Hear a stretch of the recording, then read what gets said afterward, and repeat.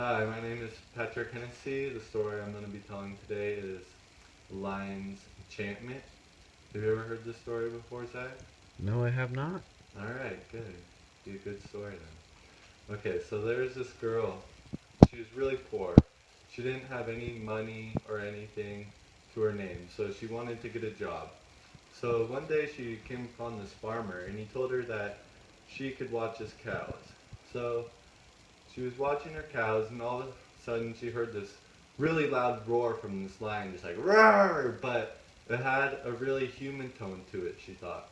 So she went to see what it was, and it was a lion, and he had a thorn stuck in his one of his paws. So she helped him get it out and heal him back to health and everything. And then she went back to go get her cows, and all of a sudden they were gone. She couldn't find them anywhere. So she went back to the farmer and told him, and he was really, really angry. He actually beat her. So then he told her that she could watch the pigs now instead. So she's watched the pigs for an entire year. Everything went smoothly. And then, exactly a year from when she had encountered the lion, she heard that same roar, like roar, and it still had a very human tone to it. So again, she went to see what it was, and it was the same lion, and he had a really bad cut on one of his paws. So once again, she helped him heal it and wrapped it up and everything. And she went back to go get her pigs. And all of a sudden, they were gone also. She started just crying, bawling. She just wept for hours and hours, and she really didn't want to go back to the farmer. So instead, she decided to climb this tree to look for her pigs. And as soon as she got to the top of the tree, she saw a very handsome man walking underneath the tree. All of a sudden, he kind of pushed this rock aside really easily. He didn't have any trouble or anything pushing aside, and he went down underground. And she was really curious to where he went, so she decided to stay in the tree for the entire night. In the morning, out came that same lion from that underneath the rock. At this point, she was really curious, so she went down there to see what it was, and to her surprise, it underneath the rock led to a very beautiful house, had a very fulfilling library, which she loved because she really liked to read. So she made a meal and left the leftovers on the table, and she did this for about 4 nights. And then on the fifth morning, when the lion appeared, she yelled, "Stop! Will you please tell me your name?" And the lion told her the story about how he was a prince and he had been cursed by a giant, and he was only allowed to be a human at night, and he had to be a lion during the day. And the only way that the curse could be reversed was if she was to quilt a cloak for the giant made out of a princess's hair. So she went to the nearest castle and got a job in the kitchen.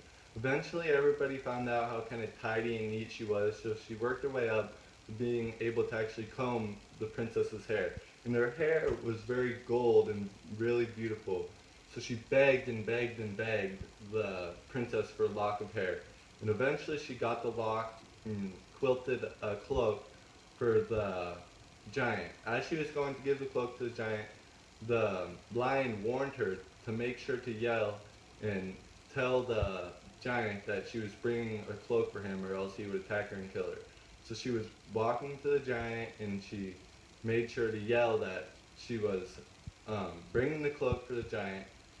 So once she got to the giant tried the cloak on and it didn't fit. He got really, really angry and she grabbed the cloak and ran away as fast as she could. She went back to the castle and begged and begged and begged and begged the princess for one more lock of hair. The princess gave her ultimatum that she could have the lock of hair as long as she brought back the most handsome prince in the entire world. So she agreed, and she finished the cloak, made it bigger for the giant, brought the cloak to the giant, and he was really, really pleased. And he said that she needed to bring the lion and submerge him fully in a lake, and he would return a man. She was kind of weary about this because she didn't want to get tricked or anything like that. And he also said that he would give her back the cows and the pigs to the farmer within the day. So she did this, and the lion what turned actually did turn into a man and stayed a man he was able to stay a man, just not at night. Or he was able to always be a man, not just have to be a man at night. So, as she kept her promise and brought the prince to the princess, but to everybody's surprise, the prince was actually that king and queen's long lost son that had been cursed by the giant and had never returned to the castle.